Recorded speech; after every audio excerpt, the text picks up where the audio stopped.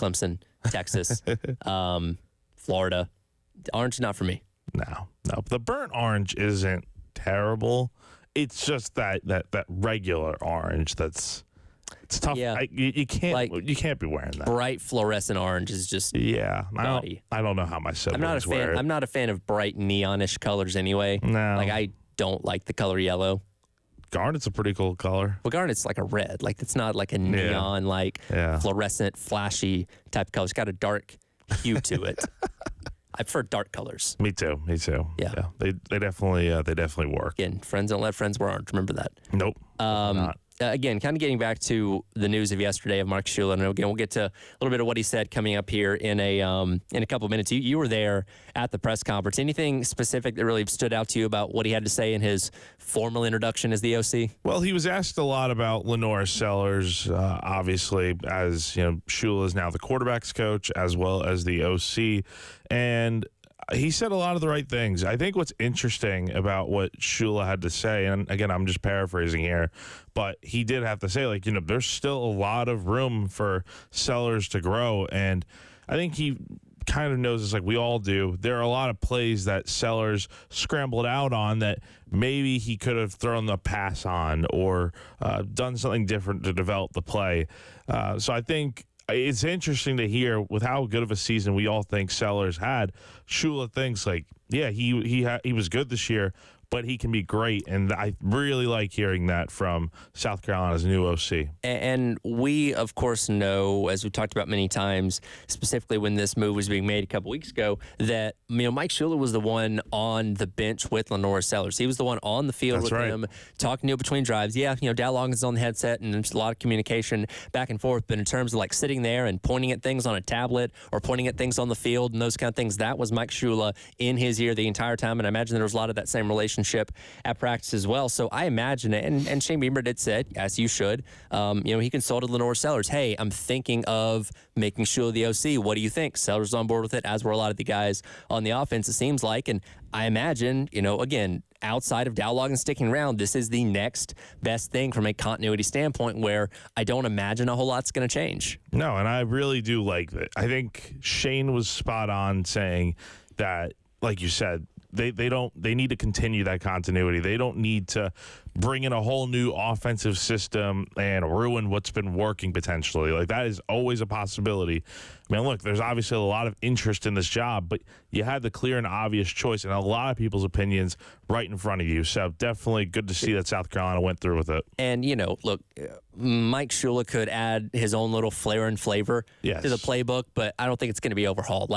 If they suddenly line up in a T formation at the goal line for a trick play or something along those lines, don't panic. It's just a little wrinkle that maybe he had from his time at Alabama or years past in the NFL or whatever. But I imagine the bulk of the playbook is going to remain the same, because you got to remember, when Dow Loggins came in 2 years ago, his job initially was, let's build an offense around our best player, which is Spencer Rattler. Spencer Rattler moves on to the NFL, and then it became, okay, now we're going to build an offense around Lenore Sellers, which is different because of their skill sets at quarterback. So this offense seemingly is tailor-made for what Lenore Sellers is good at. And again, Mike Shula was in the process of making that offense and making sure it ran effectively during the season. So I can't imagine he's going to look at it and say, we're going to blow this up and start over again. No, I don't think so. I think it's going to be a lot of what works best for the players. And, of course, you're going to have new guys on the team next year on offense. But I think for the most part, it's going to be exactly like what you said, a lot of the same and maybe a few more passes involved, because it was interesting to hear Mike say that, Lenore is kind of like Cam Newton in that they're both pocket passers. So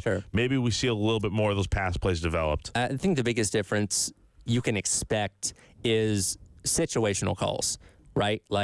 People were critical of Dow Loggins. I'm not saying they're right or wrong, just is what the conversation was, of throwing short of the 6 on third down, running up the middle when it wasn't working. Those kind of things that bother people about the way Dow Loggins called plays. Again, I'm not saying right, wrong, or indifferent. I'm just saying that's what people pointed out. So Mike Shula may have a different philosophy with those kind of situations. He may do things differently when faced with a 3rd and 5 or a 3rd and 7 compared to what Dow Loggins did. That's where the big difference to me is going to be with this new OC. No, for sure. I definitely have to agree with you on that. We'll get into a little bit what he said and also talk about some bowl opt-outs or how many there might be for Carolina coming up in Citrus Bowl here in a couple weeks. It is the Extra Point. Tyler Head and Jack Beltry hanging out with you on your Thursday here on The Game.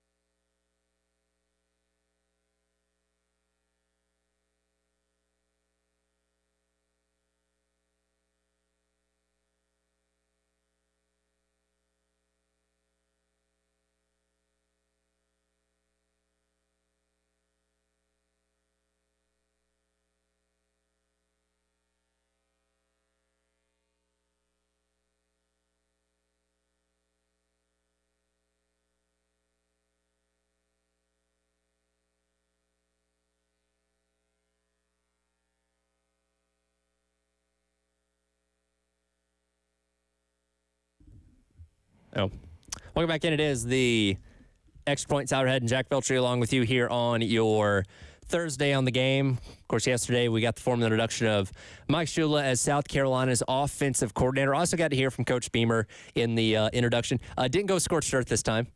Did not, go after individual reporters by name like the Dow Loggins hire 2 years ago. Were you there for that, by the way? I was thinking about that yesterday. I don't think I was. Maybe I was. I can't remember, to be honest. That was actually one of my first days here because I got hired in December of 2022, and one of my first days in here, just kind of learning the ropes, was the day he did that. And I just remember everybody's eyes like, it's really happening? Is he really doing this right now about Dow Loggins? And, people were critical of the hire, given his track record in the NFL and, not having the best offense and stuff like that. And again, people feel different types of ways about Dow Loggins. He's no longer the offensive coordinator here. I've said for a long time that if Beamer had the opportunity to redo that presser, I think he would have redone it because that was a bad look in a lot of ways. But yesterday, a lot more tame. Yeah, I do actually remember what you're talking about now with that clip specifically. I've seen it so many times now, but I think I actually was there now that I think about it. But yeah, look, yesterday was a nice tame press conference for the most part, and nothing went viral from this one. No, I don't think so. But it's good to hear Shane talk, obviously, and then hearing from Mike Shula. And one thing that Shane talked about before introducing Mike Shula, as of course you figured he'd be asked about this, was in reference to bowl opt-outs. Cut number 2 here, Terry. This is what Coach Beamer had to say in reference to who's not going to play at the Citrus Bowl in a couple of weeks. Yeah, right now I'd say the only one that's definite is Kyle Kennard. Don't believe that he's going to play from what he's conveyed to me.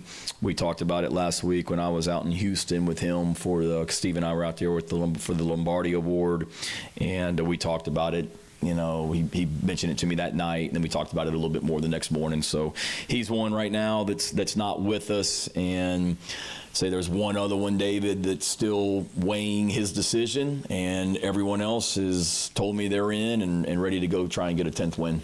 So nothing about that sounds surprising. If you had to list probably who the number one likely option to opt out of a bowl game would be, it'd probably be Kyle Kennard. As I said, to close out the regular season, enjoy him while he's playing, because I figured the Clemson game would probably be the last time that we saw him, and it was. And look, I don't think anybody's upset about this. Dude came in, showed out in his 1 year at Carolina, earned All-American honors, tons of awards, and is probably going to be a higher round draft pick.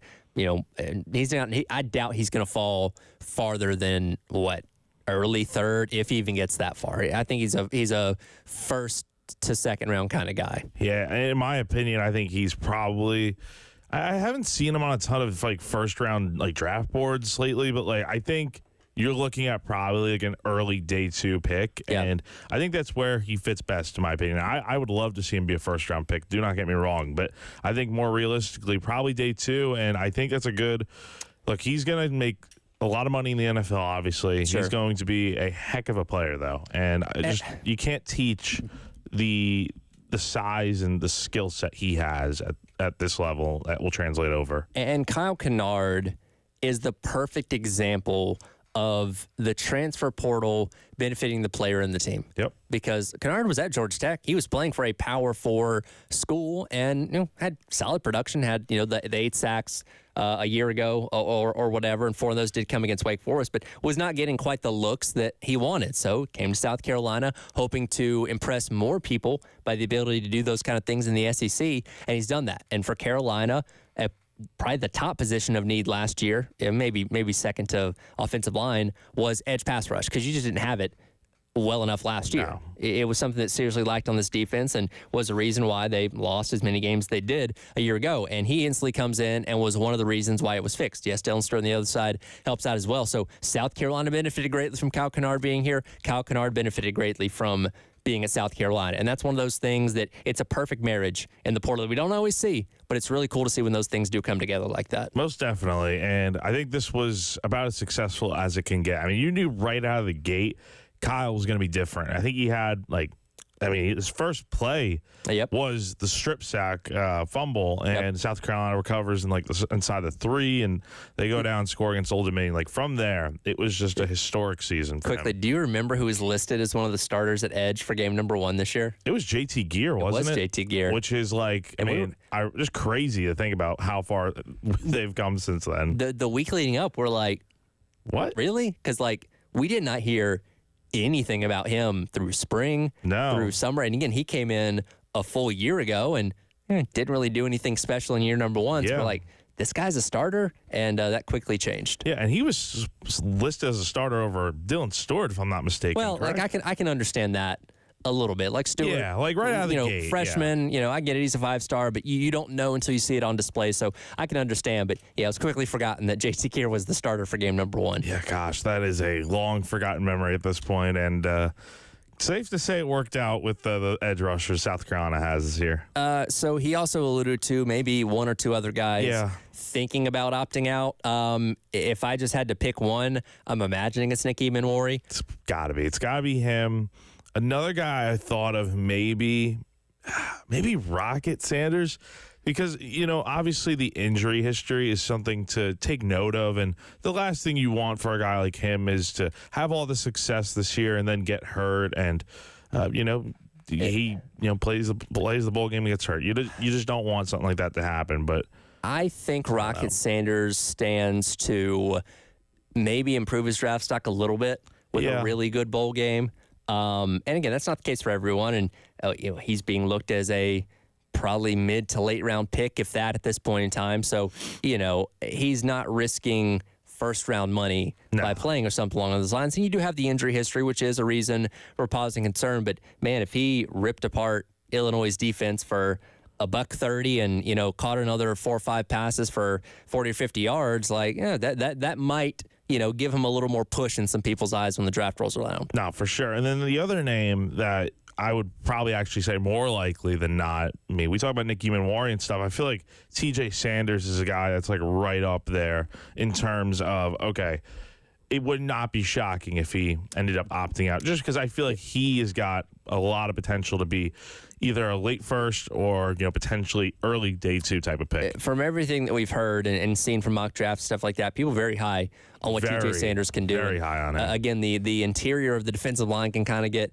lost in the shuffle, especially when you have a great pass rush from the edge like Carolina has. But he's a guy that can have an effect in the middle of that defense. And he's not going to go out there necessarily and be a every down type of guy, but a rotational guy somewhere in the NFL. Definitely could see that for TJ Sanders. Most definitely. So I think in a vacuum, though, I think South Carolina is in a really good spot for the bowl game. Like, obviously, I think we all knew Kennard was not going to be around for this game. But otherwise, I think it did sound like you'll have mostly everyone available. And one of those people does include Robbie Ashford as well. Yeah. Despite the fact that he's entered the transfer portal, I saw he was visiting, I believe, UNLV. Yeah, UNLV yesterday. Because they were playing in their bowl game out in LA. I don't know if he was there specifically with them or not. But he's going to be allowed to still play in the bowl game for Carolina. Now, he's not committed to a new school as of yet. And it is funny. Some schools do this, some schools don't. But I think, Coach Beamer kind of evaluated the quarterback situation. It's like, if something happened to Sellers, God forbid, we'd probably feel comfortable putting Robbie out there and, like you did against Akron, like you did in the second half against LSU. So that seems to be a more safe option than, all right, let's throw Dante Reno out there and see what happens. Yeah, and look, it's an interesting situation because, and also you have Davis Bevel too. So, I think that would also be good too. But look, it's unique because Shane's stance on it hasn't always been like this at South Carolina. It's really been, you kind of mentioned it yesterday, you're either with us or you're not.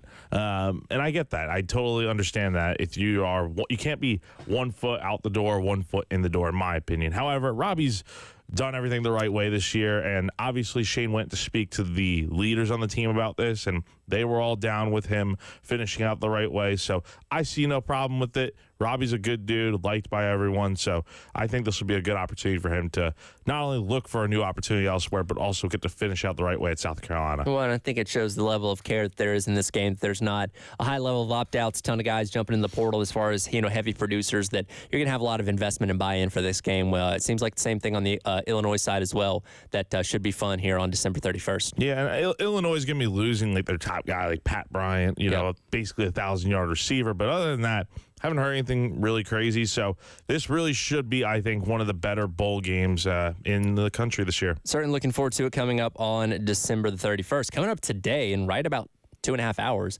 Women's basketball playing at noon. Yes, a noon, a businessman special, as we like to call the baseball games that happen in the middle of the day or during the week. A businessman special basketball game between South Carolina and Charleston Southern. That tips off at 12. Pregame coverage starting at 11:30 right here on the game. We'll continue our conversation about the bowl game. If you had 3 wishes for what you want to see in Orlando coming up on December 31st, what would they be? What that coming up next? It is The Extra Point. Tyra and Jack Feltry along with you on your Thursday here on the game.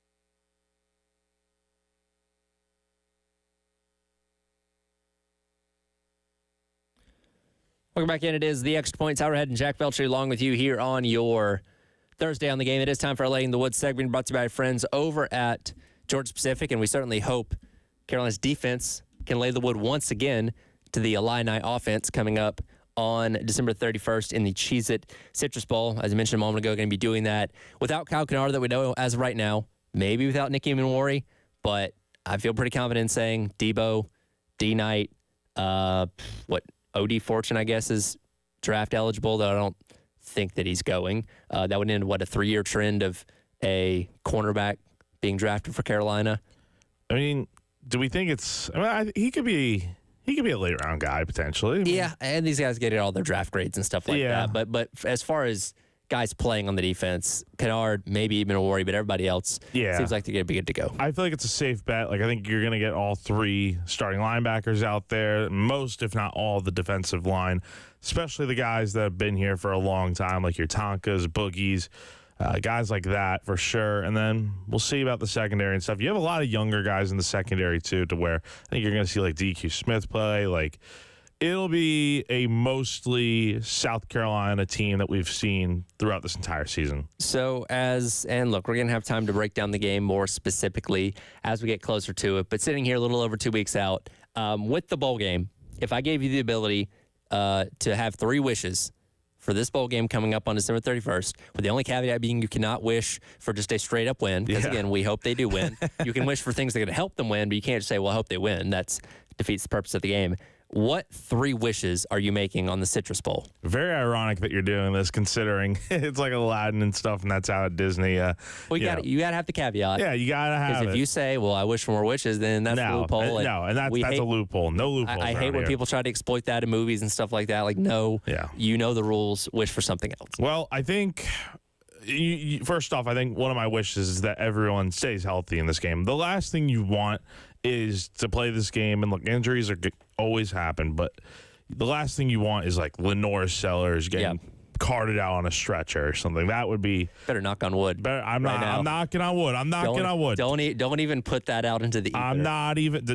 If you're listening, don't even worry. Don't worry. All right, we just knocked on wood. So everyone needs to stay healthy. That's one thing I'm wishing for.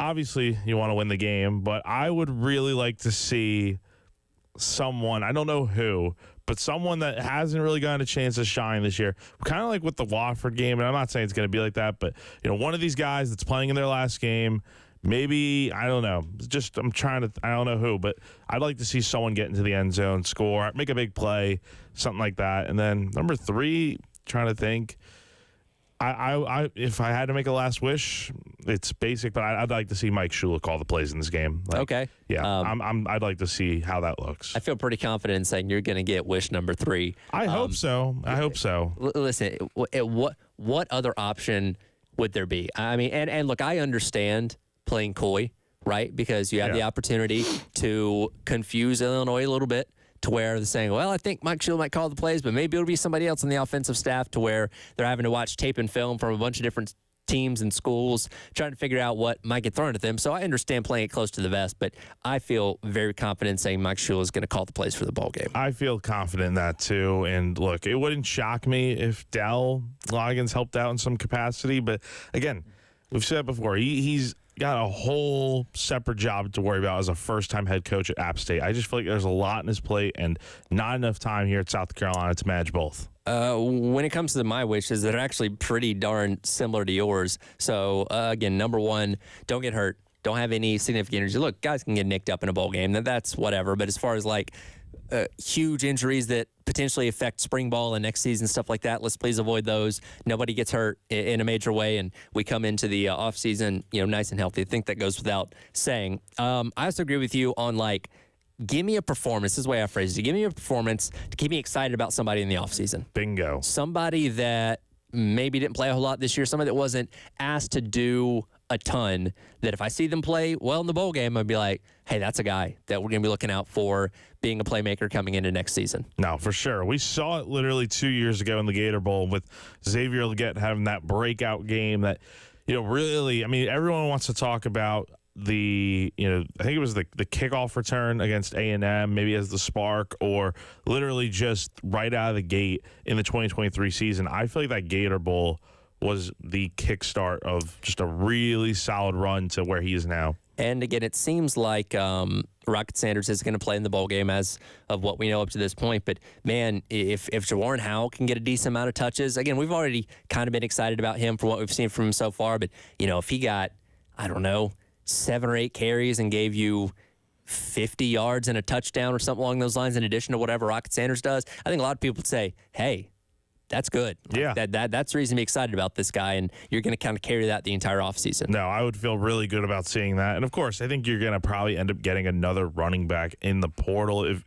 Look, you got a guy like Justice Haynes out there from Alabama, and I feel like that's a guy that maybe ends up coming to South Carolina, and we'll see. He's going on his visit here pretty soon here. But I do think, look, with the current team, you really want to see, with whatever position you're losing guys at, you want to see young guys come in and play well, whether that's a linebacker, a DB, a running back like you just mentioned. Look, a lot of opportunities for guys to come in and play well, and we'll see what happens. It should be a really exciting game, though.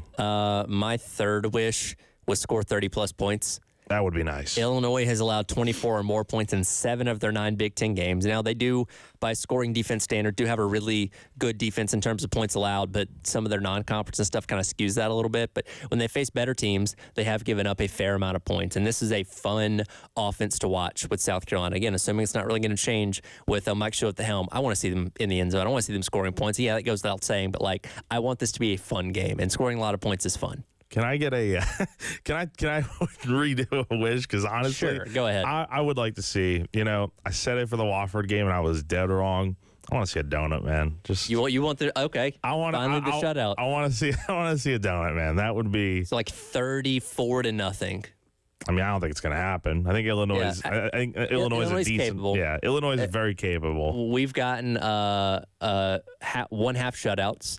Against Akron and A&M. A&M. So we got half donuts. Yeah. But and then you had I think after A&M you shut out Vandy in the first half of the next game. That's right. So you had 2 half donuts kind of smushed together, but they don't form a whole donut necessarily. So now you have the opportunity, as they've been talking about all off season and through the season as well.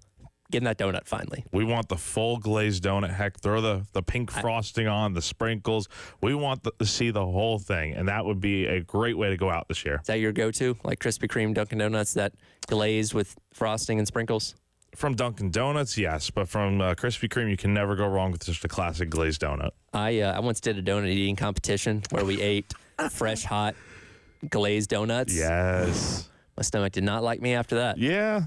Did you eat the whole dozen? Or? I got 8 in. It was like I think 10 minutes, something like that. Very, very respectable. Yeah. I was doing like the thing. You mush them together. You're drinking the water, and donuts not as enjoyable when you're doing that, and they just kind of turn to sugar in your mouth. So it actually took me a while to get back into donuts because I was very off of them for a couple years. It's PTSD. I'm good now. But yeah, it's hard to beat a classic glazed. I like a little frosting, maybe like a cream filled chocolate or something like that. Yeah. But yeah, if they can pitch a donut in the bowl game, maybe we celebrate with donuts and hear the show after that. How about that? Absolutely. I'm totally down with it. Let's do it.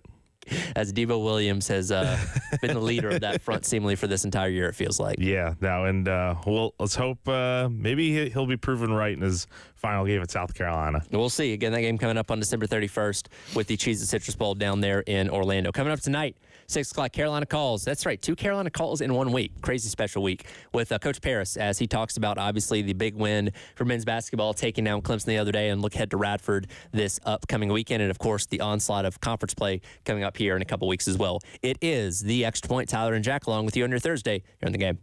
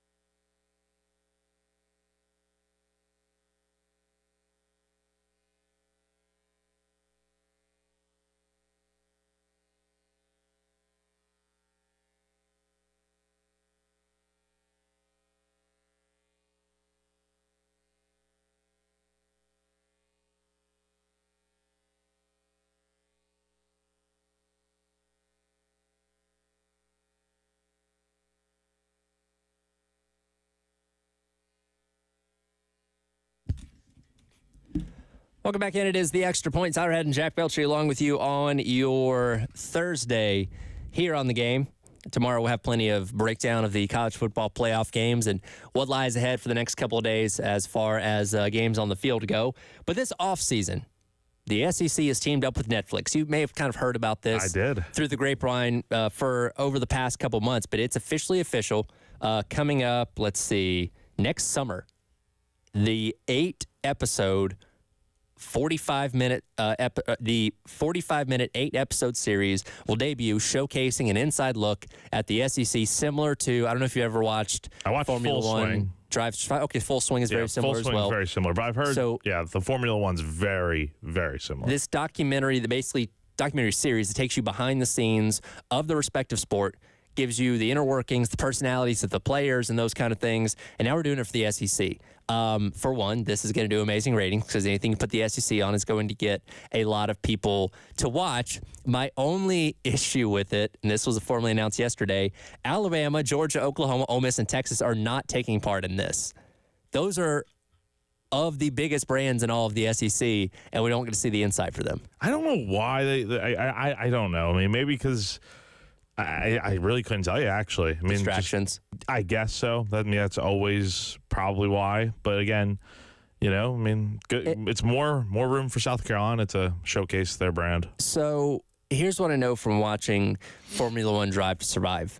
They manufactured a lot of things for that show to kind of spice up the drama a little bit, create a better story. Because for anybody that watches Formula One racing, the racing itself is boring. The personalities of the drivers and stuff are what makes it interesting if you're into that. So the show really kind of cooks up the drama a lot. Now, college football is rife with drama, so I don't think you're going to have to go too far to create any of it. No. But I think the fact that the representation of your program on this show may not be exactly what it is probably off-putting to a Kirby Smart, to a Steve Sarkisian, to a Kalen DeBoer, because they're there getting the content. You don't control the production process, how things are edited, and they could paint you in a bad light. You could be Kirby Smart. We've heard him yelling, right? We could get a clip of him just tearing somebody down at practice. That wouldn't be good. And then it's, Kirby Smart, he's a bad coach and he's treating players like this and that. And again, that's just something that I think a lot of these coaches don't want to welcome into their program. That being said, from a viewership standpoint, these are the programs I want to see. I want to see what Kalen DeBoer is like at practice, at home, dealing with his players, dealing with his assistant coaches. Same thing with Sarkisian, same thing with Lane Kiffin, and we're not going to see that. Yeah, it's unfortunate, but it is what it is. I totally get it from that standpoint of the last thing you want to do is paint your team in a bad light. And look, it's a great opportunity for all these schools participating in this to shine and have their moment in the sun. And, look, from watching Full Swing and stuff, I mean, Elijah and I were talking about this a little bit yesterday. From watching Full Swing and from his standpoint, watching Formula One, you get more invested in what's going on. Before Full Swing, I like golf, obviously, but, didn't love golf like I do now. I enjoy watching it genuinely now and enjoy following along with certain guys because of Full Swing and seeing the inside look at it. It's going to be the same thing here with South Carolina and these other schools partaking in it, and the people that maybe don't really know much about these smaller SEC schools, if you want to call them smaller compared to the big boys in this league. You're going to really like what they got going on, especially with South Carolina, I think. Well, and I think, and South Carolina is going to be participating in this. I think this season, I don't think you could have picked a better one for following a team like South Carolina for the ups and downs, for the surprise emergence to a lot of people, for coming close but just missing out on the college football playoff. There are so many storylines baked into what South Carolina is. And look, Beamer's known around the country, but I don't think he's known in depth by a lot of people. And I think this is an opportunity to let people get more insight into who he is as a coach, as a person, and stuff like that. And I think everybody's going to probably like what they see. Yeah, for sure. And, I'm trying to remember where I do remember seeing the Netflix crew for the first time out in Lexington in Kentucky for that 31-6 win. They were at a few press conferences this year, and they were at, I believe it was either Missouri or A&M. They might have been, obviously they probably a little bit at practice too and stuff, but they've been around a handful of times this year. So South Carolina is going to get painted in a good light, I think, with this series. And I don't know what the extent of South Carolina's role will be. I wonder if it'll be split up by team per episode, probably. But it'll be really interesting to see how this whole series unfolds next summer. Out of the teams that are going to be taking place, what program or coach are you most excited to get a better peek behind the curtain at? Well, I would have loved to see one of the big boys in there, but if I had to say, I don't know, man. I really would have loved to see Ole Miss, to be honest, and Lane Kiffin. But honestly, man, I'd like to see, just because we always hear so much about it, I want to see LSU because I think Brian Kelly gets a really rough rap, not being an SEC guy. Like he's a Boston guy, or a Massachusetts Christian type of guy, or Catholic, excuse me. And he is from Notre Dame, doesn't really fit the SEC vibe that a lot of people have. Yep. And I just think it'd be interesting to see how his whole dynamic is, along with the team that he has, because LSU is an interesting team this year. I'm interested to see Florida, especially from this season perspective, where we went from, well, Napier's definitely getting fired to, hey, wait a minute. That too. They've actually got some problems here. And just like, I don't know how much we'd see of this, the inner workings of the noise around there, because, they'll pull clips from like radio stations and stuff like that, close to the program. And you hear the conversations of people locally at the beginning of the season compared to the end of the season. And I got to give Napier a lot of credit. He exceeded my expectations, saved his job. Yeah. Because we all thought he was a dead man walking. No, for sure. He's back next year.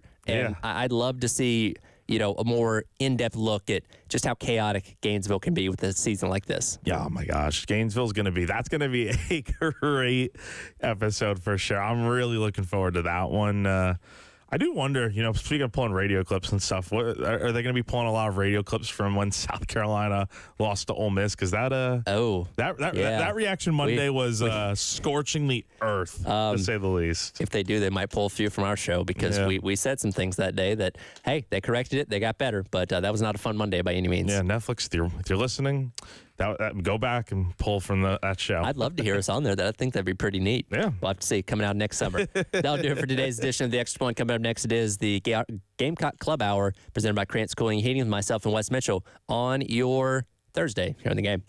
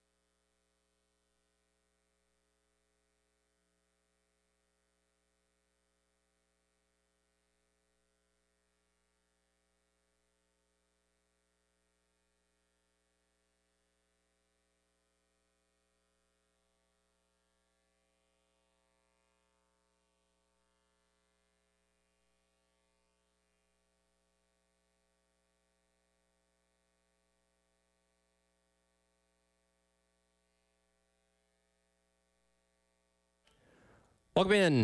It is the Gamecock Club Hour presented by Krantz Cooling and Heating. It's Howard Head and Wes Mitchell along with you on your Thursday here on the game. You know, as we kind of make our way through the month of December, we've got a bowl game coming up here in a couple weeks, but some days are a lot busier than others when it comes to headlines, and yesterday was full of them. We heard from Coach Beamer and Coach Shula officially being introduced as the OC, and we'll get into some of that as the morning goes along. But, man, the portal activity was quite the fiercest we've seen so far for South Carolina in terms of getting talent in yesterday compared to what we've seen in the past couple of weeks.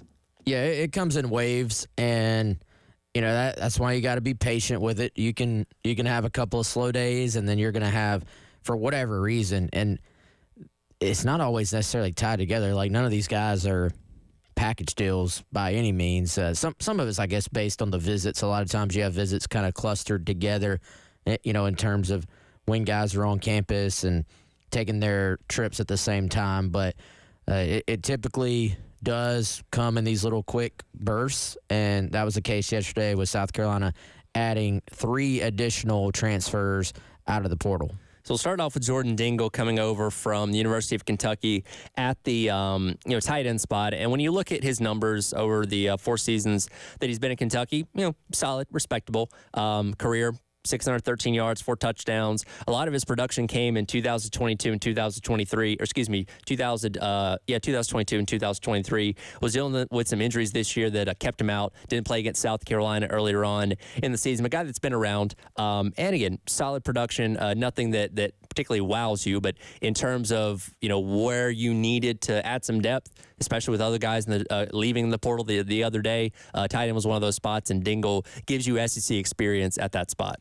Yeah, I think this fits the MO we've seen from South Carolina, and this is – I think you got to look at roster building a little bit differently than you did, you did before. And what did we talk about all leading up to this season? South Carolina has more just kind of roster-wide depth than they've had in the past. And so that's been their MO, is to – try to add depth via the portal, especially at positions where you don't necessarily already have that. And they've done that by bringing in older players, experienced players, and good sort of cultural fits in the locker room. And that's what you have with Dingle. This is just your I don't want to say classic because it's kind of new, but this is your prototypical Carolina addition out of the portal when it comes to getting past a Rocket Sanders or a Spencer Rattler, a guy like that, who's kind of your more high-profile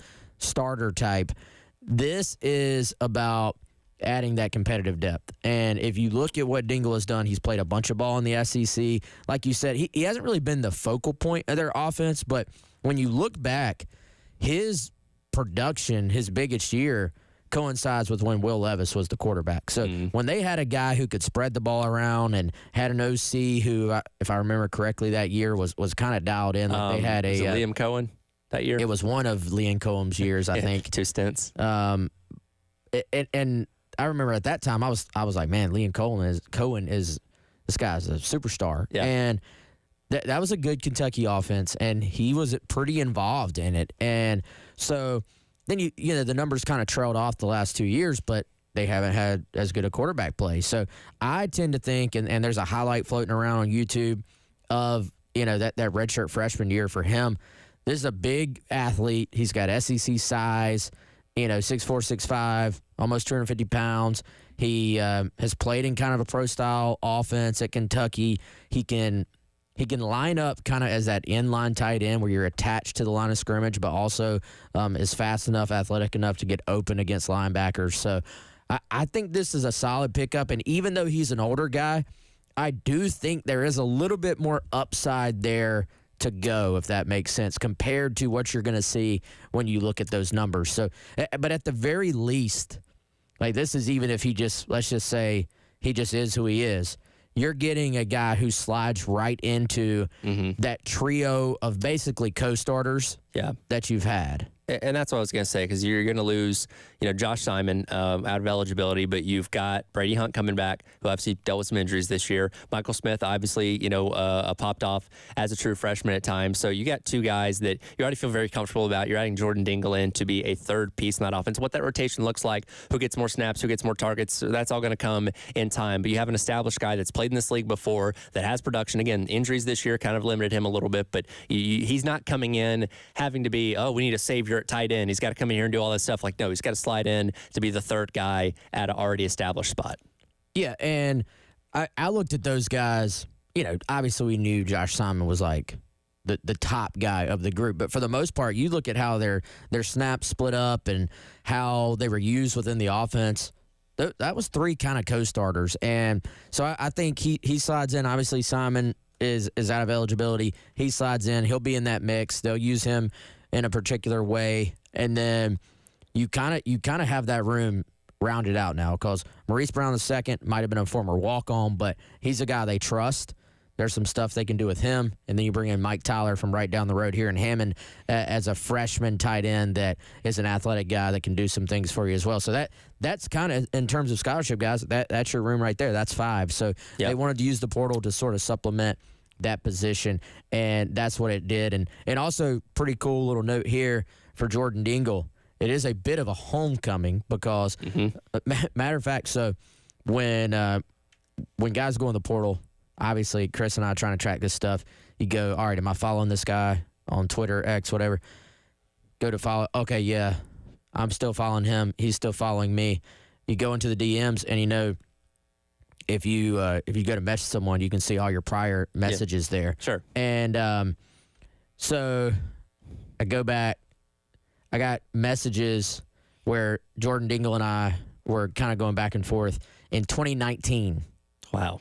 And so both Jordan and his brother Justice, yes, also on Kentucky's team, they visited South Carolina out of high school several times.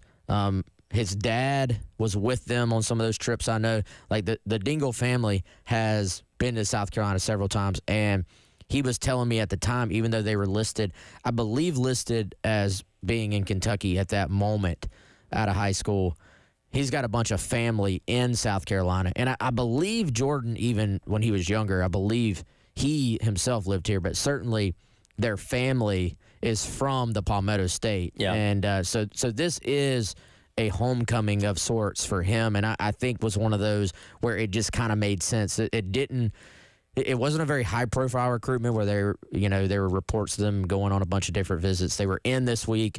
I believe the whole family came in from what I heard, and it just made sense. So that was a position, again, that you weren't desperate for depth there, but nice to add another piece in Jordan Dingle. One spot that we knew was going to be addressed a lot this offseason was the defensive line, because, again, you're losing a lot of guys from the interior there that you need to build that depth back up. I've just got Xavier Hardy out of this signing class from the JUCO ranks. It's going to add some depth. You get Nick Barrett back, as well as Monkel Goodwine. And then yesterday, out of Texas A&M, you had a former five-star in Gabriel Brownlow Dindy. And you guys have been talking about this guy for a couple days. Obviously, not a ton of production in this first year at Texas A&M, a guy that, obviously being a five-star, was very highly thought of coming out of high school. Yeah, and this is, if you want to start to put the portal guys in these different little boxes or categories, like you said, this is a category where this was not just a highly recruited guy, an extremely highly recruited guy out of high school, right? And you're at a position where there is for you to be a five-star as an interior defensive line, there's a baseline of ability there that you just have to have. And so if you're South Carolina, you were looking at this and you're saying, we need defensive linemen, and you're saying you're hoping you can kind of pull some of that out of him that hasn't necessarily shown itself yet at the college level. Now, there have been injuries here. You're talking about a guy who is also was on a Texas A&M defensive line that had just, I mean, they always have dudes. Like, they are almost always loaded on the defensive front. So the question here, and for Carolina, the hope here, I think, is that he was behind some older guys as a younger player, some future sort of NFL-type players, and the injuries have slowed him. You hope fresh start, new coach, maybe can get 100% healthy, and you hope some of those things that made him a 5-star out of high school sort of can start to show. And I think let's be honest, like there in the portal there is some risk because you have not seen that yet at the college level. Sure, but this is a huge need for you on the defensive line, so you can understand why Carolina targeted someone with this amount of upside and said, "Hey, let's see if we can pull that out." Yeah, just kind of looking at the A&M depth chart was behind Shamar Turner and Albert Regis, who were two highly effective guys in the interior of that defensive line. So the opportunities to get on the field weren't as prevalent in that your first year at Texas A&M. And I thought Chris's breakdown on Gamecock Central was really good of kind of comparing him to a Monkel Goodwine, because it's kind of a similar situation. Now, Goodwine had been around Alabama for a little bit longer than, Brownlow Denley had been at A&M, but a guy that was highly touted coming out of high school that went to a team very loaded on defense that just didn't get an opportunity to see the field. And that's not to say that he's not a good player. He just, at the time, wasn't as good as those guys in front of him. But he can come here, get the development, get to work with this defensive staff and get to that level of being a main guy, number one guy in the interior of the defensive line like we hope it can be. And, Traven Robertson, this is someone who played in the league, played in the SEC. I think we have a lot of evidence that he's a good developer with his interior guys. So, I think if he comes in and works and is, open to listening to Travian, then certainly you've got a chance that he can start to tap into that upside that was so prevalent out of high school. And, that's frankly, I mean, we'll see what else they add, who else they add, but they're going to need, sure, you need like a Xavier Hardy to be ready. You're going to need Gabe to be ready. You're going to need at least part of these guys to be ready and step in. But I'm going back and looking. I mean, this was not some, even you look at like a 4-star guy out of high school, you're like, oh, yeah, they obviously were talented. This is not even a borderline 5-star guy. This was the number 13 prospect in the country, number 5 defensive lineman in the country, number 2 player in Florida, which we know is always loaded. So, pretty surefire prospect out of high school, at least on paper. So I'll be curious to see what that looks like, what South Carolina can get out of him. And what was actually, Tyler, a borderline consensus 5-star, was a 5-star on On3, 24/7, and ESPN, and was a 6.0 marker 4-star, which is the one notch below a 5-star on Rivals. And he certainly fills a need where a lot of depth is going to be needed at the defensive tackle spot. Another area that's going to need a lot of addressing in the offseason is the linebacker spot. And late last night, another portal addition came in at the linebacker spot for South Carolina. We'll dive into that coming up next. Take a look as well as where Carolina sits in the portal as of right now. It is the Gamecock Club Hour presented by Krantz Cooling and Heating. Tyler and Wes on your Thursday here on The Game.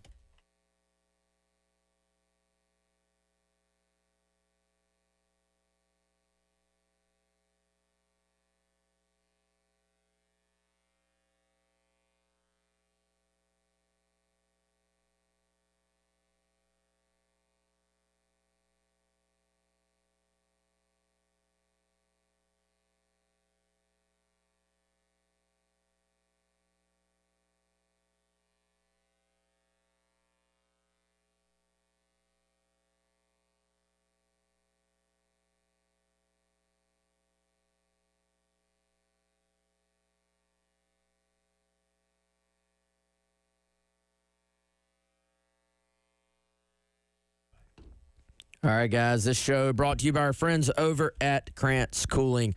That's, of course, Krantz with a K, Cooling with a K. Krantz Cooling and Heating since 1983.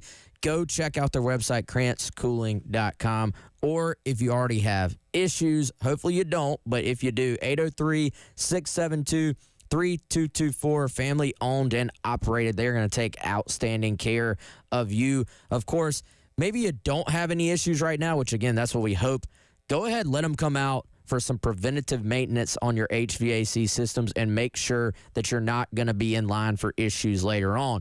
Of course, that can be your air conditioning, your heating, ductless AC if you want to go that direction, indoor air quality, or if you're a business owner, Krantz Cooling also handles commercial HVAC services as well. Again, that is Krantz Cooling and Heating, 803-672-3224, and KrantzCooling.com. That's Krantz with a K, Cooling with a K.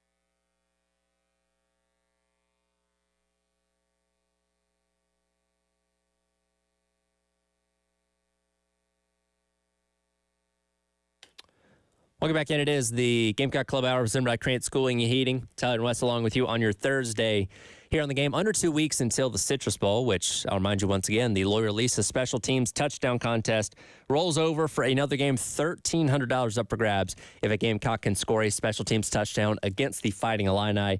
Go online to 1075thegame.com if you've not already. If you've already done it once, you're good. But sign up for the Loyola-Lisa Special Teams Touchdown Contest and see if they can close out the year with a special team score in the Cheez-It Citrus Bowl coming up on December the 31st. Talking more about portal stuff. Last night, maybe went to bed before this was official, but they added to the linebacker room Andrew Jones. No, not that Andrew Jones. Andrew Jones from Grambling State. Spelled differently, too. But again, when you first see the name or hear the name, people immediately think of the other guy. Braves legend, should be in the Hall of Fame, but that's a different story. Andrew Jones, linebacker from Grambling State University, co-SWAC Defensive Player of the Year. A guy jumping up a level now to come play in the SEC, and one that, again, at the FCS level was truly one of the best in the business there.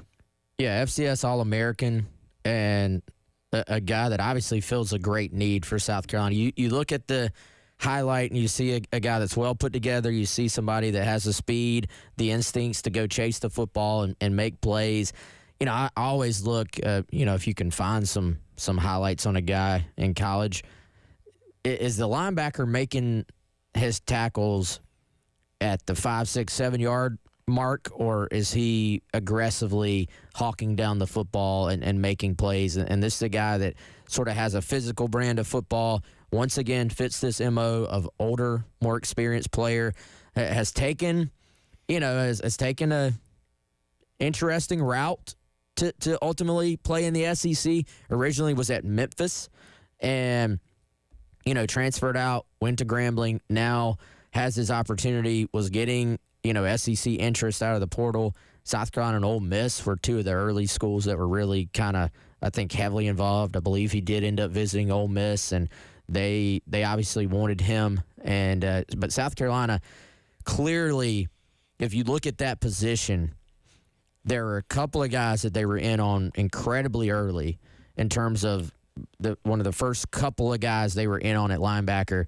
Josiah Trotter was one of the early names they were in on, and then Andrew Jones was one of the other early names they were in on. So one of their sort of just initial guys they circled as a target that they were able to land yesterday. Andrew keeping us up a little bit late at night last night with the timing, but Carolina, I'm sure, didn't care when, as long as they got it done. And this is a linebacker spot. We obviously talk about the defensive interior of the defensive line changing drastically this offseason with losing so many senior guys. Same thing with the linebacker room. You're losing Debo. You're losing Demetrius Knight. You're losing Bam Martin Scott. So you're basically resetting what the three guys in the middle of your defense are going to be for next season. And sure, you got a J.R. Johnson who people are very, very high on. You got a lot of true freshmen coming in as well that get people excited. But you really need that those proven guys to add in, like a Demetrius Knight, this past season, and Andrew Jones, the first of what I imagine is probably going to be a couple of those ads in the transfer portal.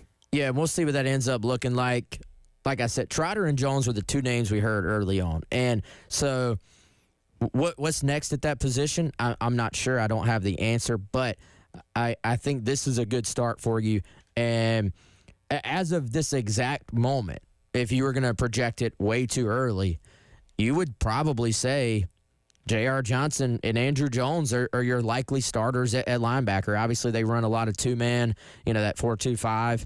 And J.R. officially had his Garnet Trust deal announced yesterday, which not that he was going anywhere, but that sort of confirmed that he'll be back. And is someone, you look at J.R., he athletically does compare to a D Knight, to a Bam Martin Scott, who both are actually two of the more athletic linebackers South Carolina has had, and we saw that on the field this year. What more can we expect from that high school group? I think is fascinating. It's a big class of high school guys. Can one of those guys be ready, to come in and play? I think that's a huge question. We had Darren Usher on our podcast right after signing day, and he really seemed to talk up Josh Smith from right down the road at Dutch Fork, who had a huge senior season for those guys. So, I've been talking to Charles Power with On 3. He's up at the Shrine Bowl. Practice has been this week. He said, Donovan Darden looks fantastic physically. So can you pluck a freshman or two that's ready to step in there? And then, of course, what happens moving forward in the portal? We've sort of heard there's some different things floating around about how many will they take. From the very beginning, we heard that the goal was to add 2 transfer portal linebackers that were basically starter quality that could come in and play, so you could continue to kind of have that rotation, which is what we saw this year, where really it ended up being once Bangali Kamara left, it ended up being basically co-starters, 3 co-starters for 2 spots, essentially. And Carolina kind of hitting its stride when it comes to adding guys in the portal so far, with 5 additions, Andrew Jones being the latest one, coming in last night. And we look at things nationally. Again, we're still early on in the process, so take these numbers with a grain of salt. Carolina 11th nationally, according to On3 in their team transfer portal rankings. More importantly, 4th in the SEC. And it's interesting to look, particularly in the Shane Beamer era, and this wasn't charted all the way back in 2021, but the 2 best seasons for Shane Beamer, I'm just looking at the SEC here, they finished 2nd in the transfer portal team rankings in the SEC prior to the 2022 season, and they finished 4th last year. in the transfer portal team rankings. So again, if you're pulling in a top 5 class, history tells you that means you're probably in for a good year in addition to what you already have coming back and what you're bringing in with a solid recruiting class as well. But Coach Beamer teams seem to have a good correlation with where you finish in the portal rankings and what kind of season you have coming up after that. Well, I think, Tyler, a lot of times, for one, you look at the rankings on 3. It's kind of unique how they do it. It's not the same as your high school classes. It is a comparison of the talent you're bringing in to the talent that is leaving. And, as we know right now, South Carolina has 13 scholarship players leaving. Yep. But very few, if any, impact guys. Healthy transfers. And Preston's a big fan of that, by the way. Really? I told him you coined it. He's a big fan. Okay, good.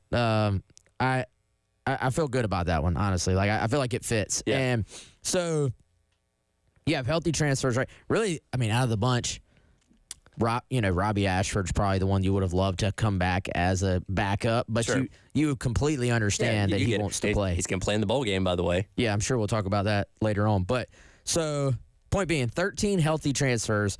Now you have 5 incoming guys who look like they're going to impact and help your team in some way. Not necessarily that they're all going to be high impact guys, but will play and will be a part of what you are in terms of your depth on offense or defense. Well, a lot of times I've seen this sort of reaction from fans.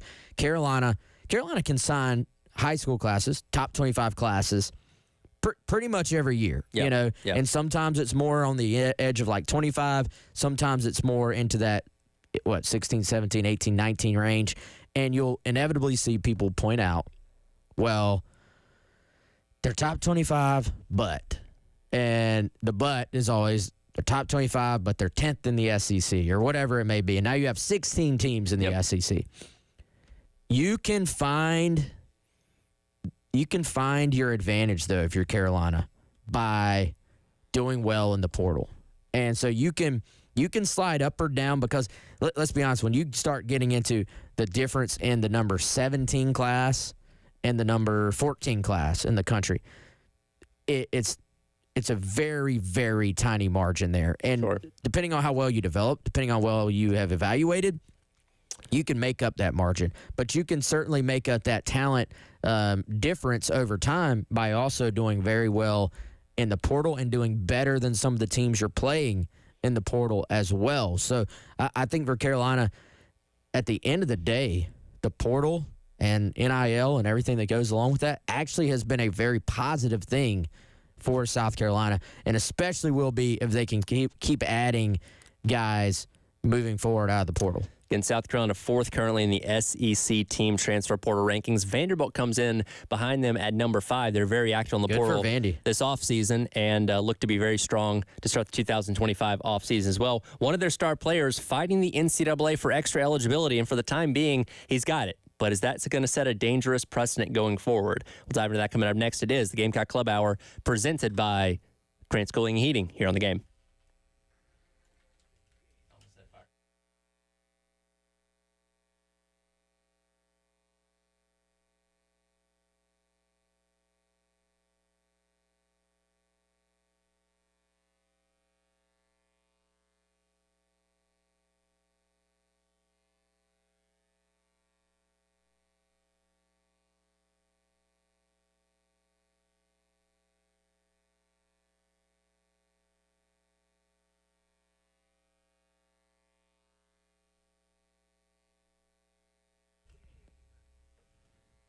All right, folks, let me tell you about our friends over at Classic Roofing, classicroofingsc.com or 803-590-7870. Now, if you go to that website, you got a lot of options on there. First of all, you can go ahead and set up a free estimate if you've been thinking about buying a new roof, or if you have issues with your roof, go ahead and click that button and make the steps or take the steps to get them out to your home. One of the cool things about this website is you can actually go ahead and build your new roof online. It's hard to choose shingles for your home when you can't really see how it's going to fit together with the rest of your house. So you can take the guesswork out with GAF's virtual design tool. All you got to do, upload a picture of your home or use a sample with a similar home, select your desired shingle color and style, and then you can instantly preview it on your home right there on the website. Again, that website is classicroofingsc.com. Phone number 803-590-7870.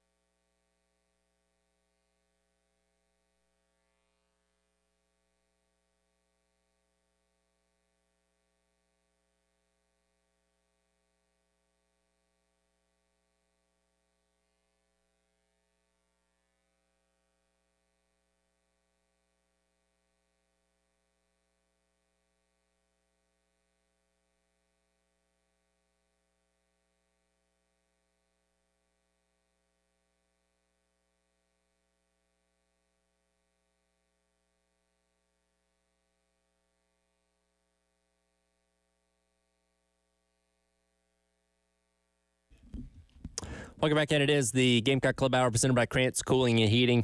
Tyron West along with you on your Thursday here on the game. Got to have an abbreviated Gamecock Central Takeover Hour coming up at 11 because women's basketball taking on Charleston Southern coming up at noon. Pregame coverage will start right here on the game at 11:30. So get a nice little businessman special of women's basketball on your Thursday here on the game.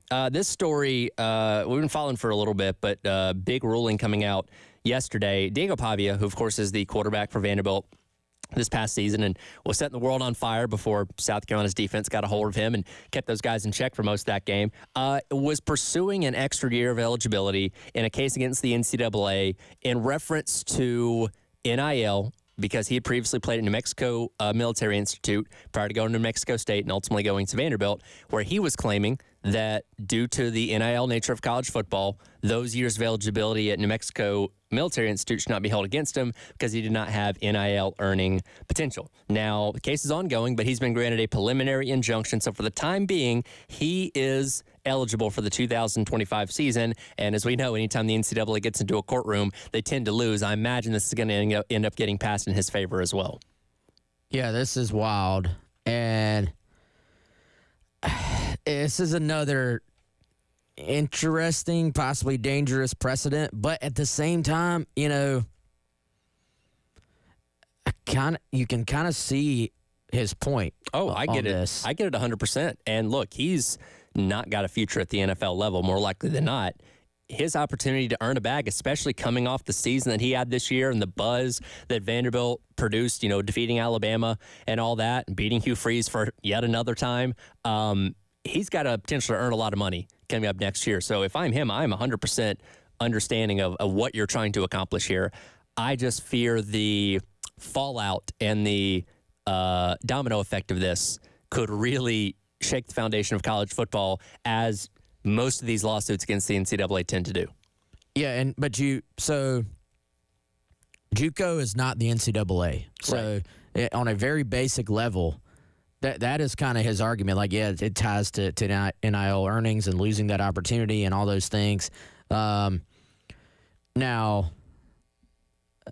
some of this maybe would be tied to, all right, was NIL already a thing when you were in JUCO for everyone else or not, and just the timing of all that. But it is certainly a interesting route that I wonder where he even got the idea from. Because this wouldn't have even crossed my mind, but I'm sure somebody was like, hey, sure. why do those JUCO years count against your NCAA eligibility? And somebody else said, wow, I think we have a case here. And so, as you said, the NCAA keeps losing.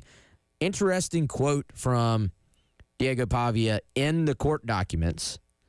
I would like to return to Vanderbilt next year, but need time to negotiate NIL deals before the transfer portal opens. If the transfer portal opens before I can complete negotiations with Anchor Impact, which is the NIL collective for Vanderbilt Athletics, I'll be trapped between abandoning those negotiations to enter the transfer portal or forgoing possible opportunities with other colleges who may recruit other quarterbacks out of the transfer portal before I can enter.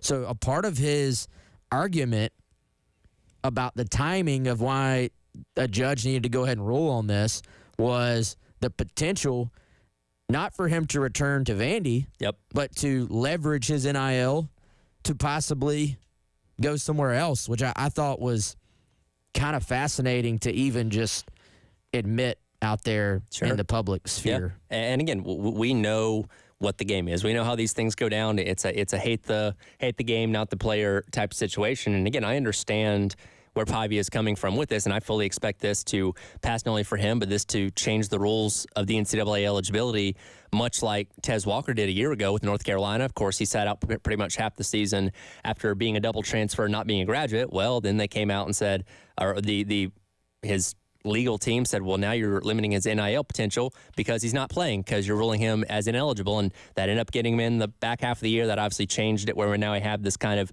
open season where anybody can transfer anytime and there's no penalty for that. And you bring up a good point because junior college football is under the NJCAA, which is a separate entity from the NCAA, much like NAIA and all that kind of stuff. So that at service level makes a lot of sense. I wonder, though, who's going to be the first one to say, you know, I played it Incarnate Word at FCS, and yes, that still falls under the NCAA umbrella, but the earning potential at a FCS school is not the same as a G5 school, as Power 5 school, and then we move it up, say, I played at Bowling Green, and they don't have NIL resources there. It's all I could get out of college, but now I'm at Ohio State or Texas, and I have much more earning potential. Again, it sounds ridiculous, but these are the conversations people are going to be having and things they're going to be pushed for if this does, as I assume, ends up getting passed. Yeah, I think there is, to your point, a slippery slope there. We'll see where the line is drawn. Like, to me, that's a bridge too far, but any lawyer can argue about anything. So we'll see what that ends up looking like. I think the case of it being two separate entities is kind of what separates this a little bit, at least right now. Of course, I'm not a lawyer. I may not know what I'm talking about at all, but You watch enough Suits, I've seen every episode, but not to me.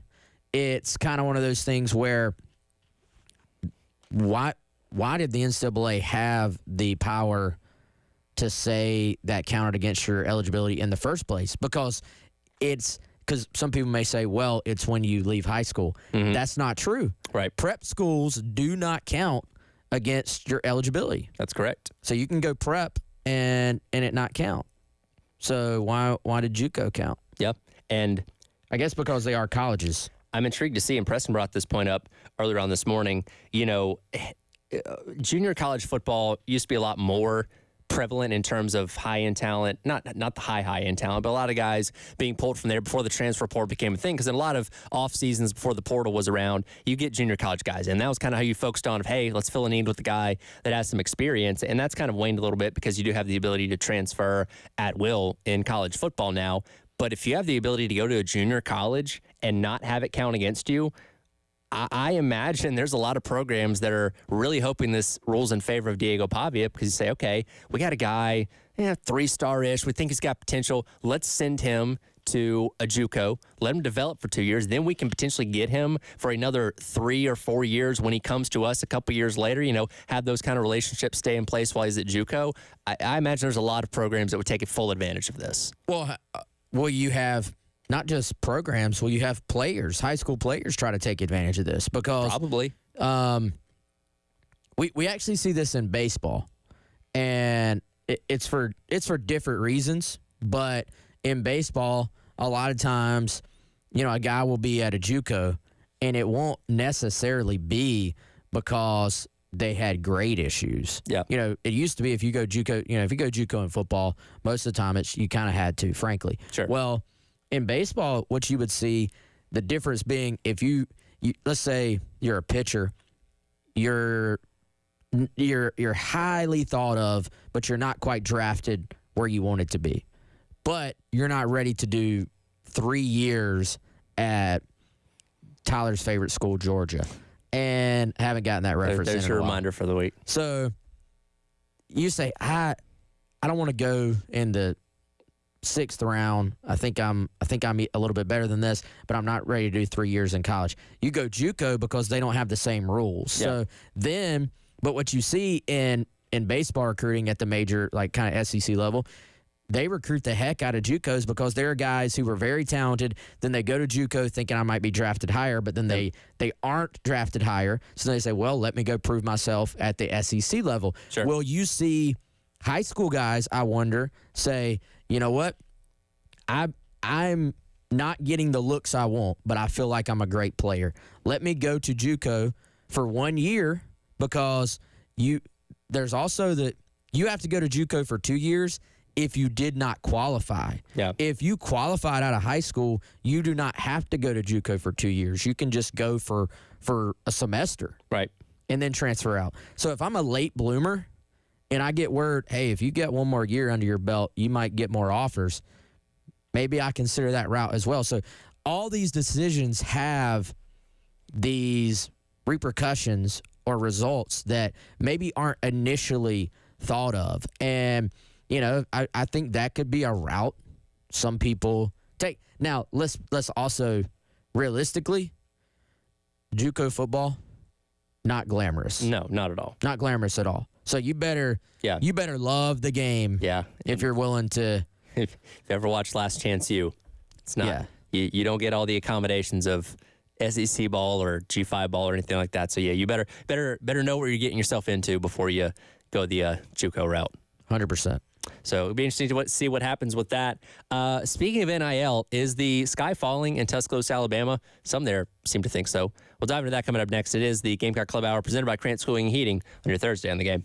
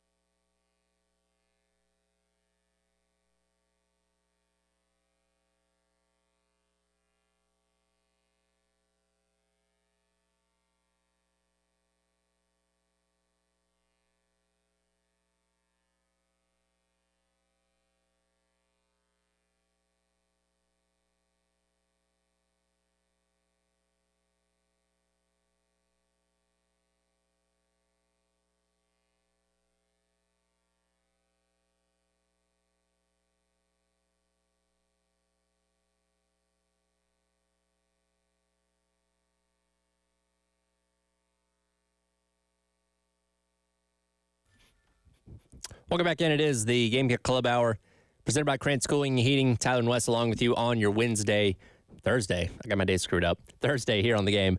We get Chris here at the top of the hour for the Gamecock Central Takeover Hour. Coming up at 11, Alabama commands a lot of headlines in college football. Always has and always will. Though the headlines in 2024 have been some unique ones, to say the least. Obviously, kicking off with Nick Saban retiring just a couple of days after losing the Rose Bowl to Michigan. Kalen DeBoer coming in, the ups and downs of the season, missing the playoff, the whole 9 yards. When it comes to the transfer portal, these past couple weeks, Alabama has lost quite a bit of talent. 15 guys at last check have entered the portal. They've only added in a couple of pieces so far, and I'm sure they're going to get some solid talent. But some of the guys they've lost, namely a guy like Justice Haynes, one of the starting running backs who South Carolina is very much interested in, are seeking the opportunity to play elsewhere for the rest of their college career. It was yesterday that Jalen Mbakwe, the defensive back who had been in the portal, did decide to take his name out. So they at least were able to get him back. But Greg Byrne, the athletic director, went on Twitter yesterday and sent out a plea to fans like, hey, we need help on our NIL, front.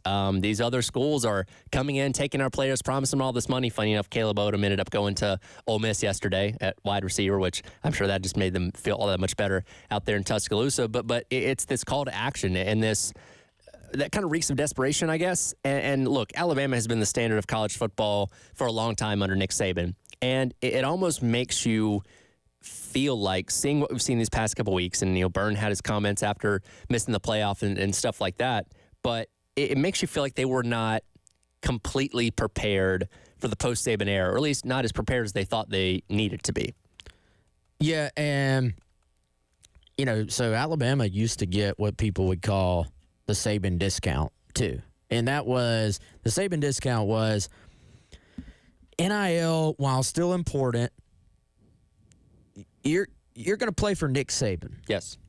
So let's say school A offers this amount of money, Alabama offers some money, but a collective involved with Alabama offers less money, but I'm going to play linebacker for Nick Saban and then get drafted in the first or second round. Yep. I'll still pick Nick Saban, right? I'll sacrifice a few dollars now for what I think I can make in the NFL after this. Now, Saban discount goes away, and I think just from little things you hear, and now get more and more evidence of it, I don't think they were as situated as they needed to be for the NIL aspect of things. Now, when you have a player enter the portal and then quickly, sorry guys, just kidding, coming back, I mean, that has to be an NIL-related movement. He was going to be a very sought-after prospect in the portal. And movement to stick around. And I'll be curious to see how quickly Alabama can adjust. But I think, guys, this is further evidence that the playing field is evening out. And Alabama is still obviously a good team. They are. They're a good SEC team. They went 9-3. But it does feel like the days of them just being more talented than almost every team they play, those days appear to be over. We talked about this after Carolina played Alabama. You watch that game, you rewatch that game, it didn't feel like there was a ton of separation between the two teams. And that was even before Carolina went on their run where everybody around the country started talking about them as the hottest team in the country. Right. Even at the time, I'm going, this is not a huge just talent advantage for Alabama. And even though they have still recruited incredibly well in the high school ranks, it's just a different roster building, I would say, world right now. And nobody feels bad for Alabama, though. No, absolutely not. There's a lot of people that are, basking in the glory of the tears coming down from Greg Byrne with, these kind of calls to action. I did think it was funny. He cited in this that our competition is using promises of multi-million-dollar paydays to lure away our players, as if Alabama's not trying to do the same thing. Like, look, we know how this all works. It's pay for play. You can dress it up any way you want. Well, we know what the deal is, and every school's doing it, as they have been for years now. So I don't think you can play we're not doing it that way. It's those other guys that are big, mean, and breaking the rules. Like, no, we know what the deal is. Please don't try and pull the wool over our eyes, please. Yeah, again, nobody feels remotely bad for Alabama at this point. And you do wonder, was there a little sense of maybe, I don't know, like, hey, we're Alabama? Like a little bit of ego involved in this? The logo's going to carry us now that Saban's gone.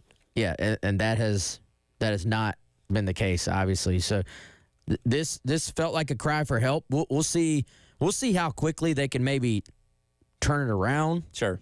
Do they shift their focus a little bit more? I don't want to say it's too late, but have they lost enough ground during this period that it's difficult to get that traction back? Yeah, and again, we know revenue sharing's coming, assuming next year if all the court stuff can get, done in time. But as we've talked about many times with Mark, with Jeremy from the Garnet Trust, NIL is still going to be very prevalent. Yes, you'll have base salaries for all your players, but if you want that 5-star wide receiver or that guy of the transfer portal that had a ton of production at Ohio State, you're still going to need to be able to make it worth his while with the extra dollars from NIL. So this isn't going away, and I imagine that's why this call to action was put out there, like, hey, we need help because this is trending in the wrong direction right now. Yeah, and honestly, the more I see, guys, hey, good for the players, because I know some of these numbers have gotten probably higher than anybody expected when all this started, but just take a look at all the contracts going out for coaches right now. That has not slowed down either. Nope.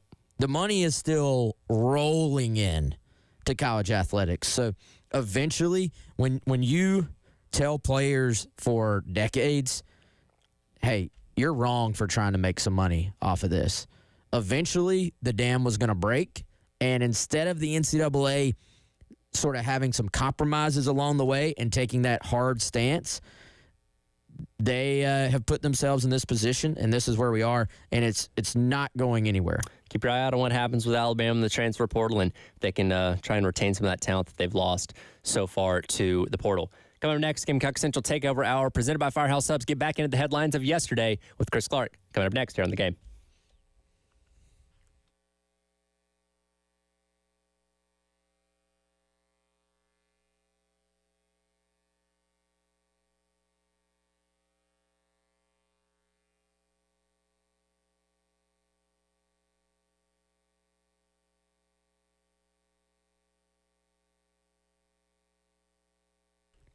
All right, guys, before we get to the takeover hour, let me tell you about our friends over at Integrated Media, and congrats to our friends over there as they have just opened their new Pro Swing